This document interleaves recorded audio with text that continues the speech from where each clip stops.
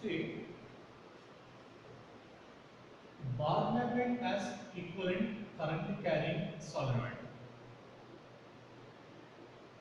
See, I already told you in the beginning of this lesson, the weightage of this topic is 6 marks.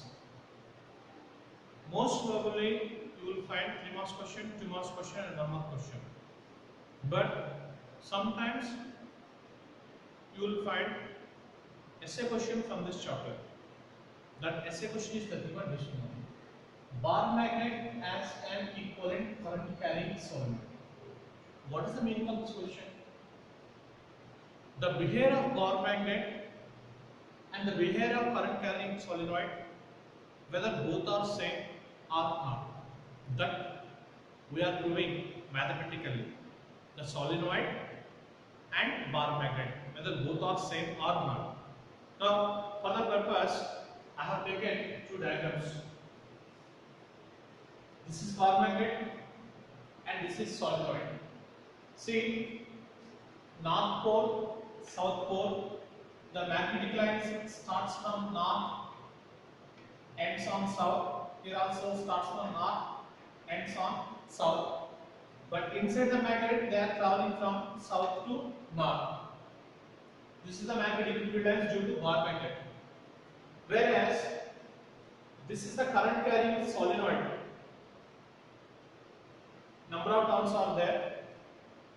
Let us say I current is passing. If the current I is passing, but based on the current direction we already know.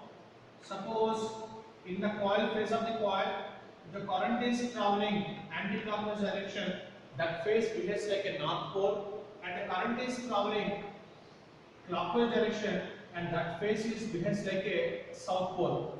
So based on this one, this end behaves like a north pole and this end behaves like a south pole. Again, the magnetic lines are starting from north and ends on south.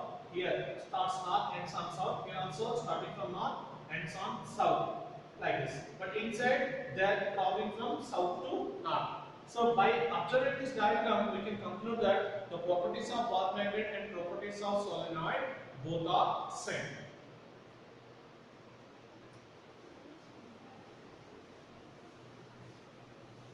Now, how can you prove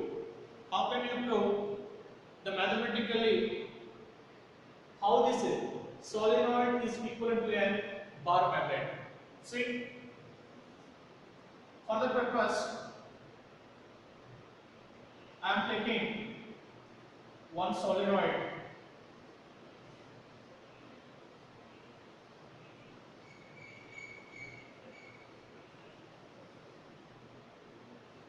of length 2L.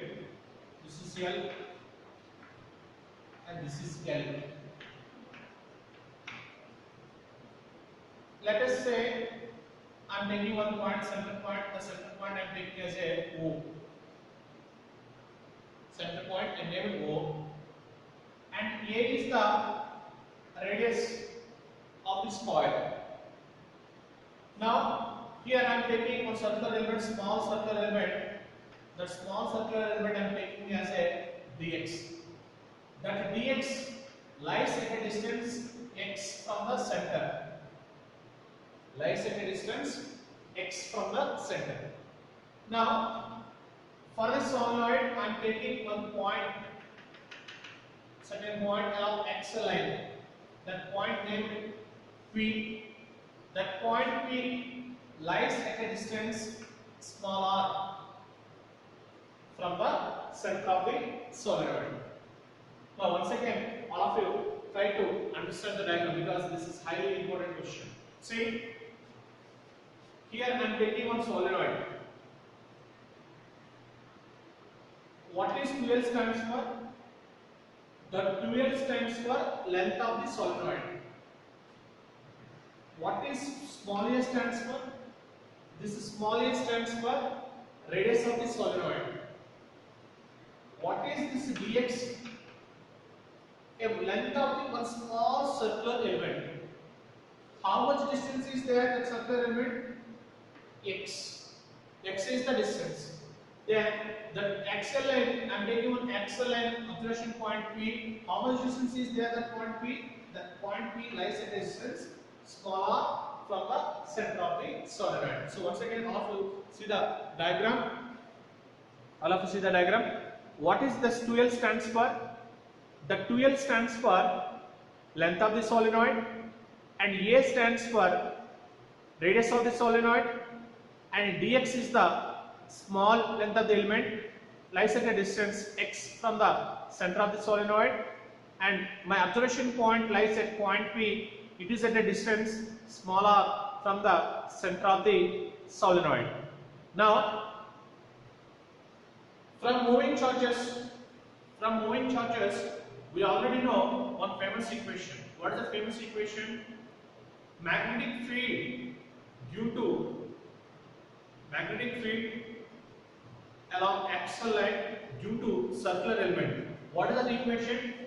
dV is equal to mu naught by 4 pi 2 pi n I r square by r square plus x square whole power 3 by 2. 2 pi ni r square by r square plus x square whole power 3 by 2. The same equation, because this is the equation for magnetic field due to circular element lies along axial line. This is the standard equation. Already you can set this equation to moving charges. This is highly important question. So dV is equal to mu naught by 4 pi 2 pi ni r square plus x square whole power 3 by 2. See, number of turns, current, radius, and this is the distance, axial distance. Now, I am changing this equation according to our convenience. dV is equal to mu naught by 4 pi 2 pi. In place of number of turns, I can use small n into dx, current I. Here the radius is a square by radius a square plus this experience, this distance, this total dx we want. That's the reason I am using r minus x whole square whole power 3 by 2. What is this? N. That n stands for total number of turns. In place of that, we can use small n into dx. What is the small n stands for? The small n is nothing but number of turns per unit length, and dx is a small element. Suppose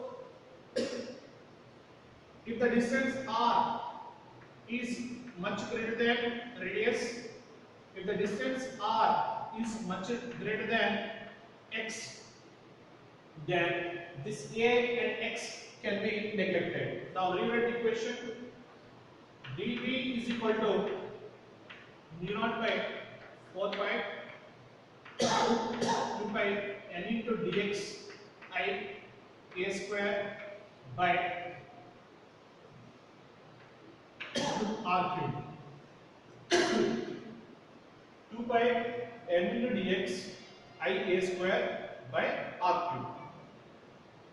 Now, I want to find the total magnetic field at point P due to this solenoid. B is equal to, you take integration by taking this minus L and plus L into dt. Now substitute the dV equation here. B is equal to integral minus L plus L mu naught by 4 pi 2 pi m into dx I a square by r cube. Take the constants out. Mu naught by 4 pi 2 pi n I a square by r cube integral minus L plus L into dx. What is the total length? The total length of the solenoid is nothing but 2L. So in place of there, you can substitute 2L. So mu naught by 4 pi 2 pi n I a square by r cube into 2L. Now, see, V is equal to mu naught by 4 pi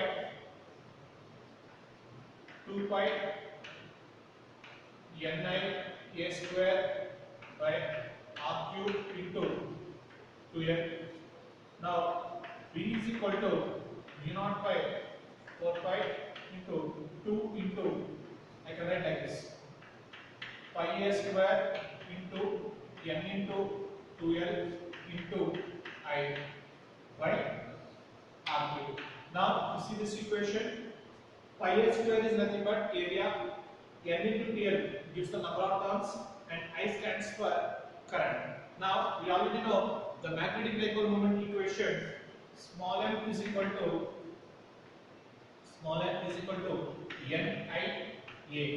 NIA product of current into area. So in place of this term, I can substitute m, and finally I can get B is equal to mu naught by 4 pi into 2m by r cube. Now see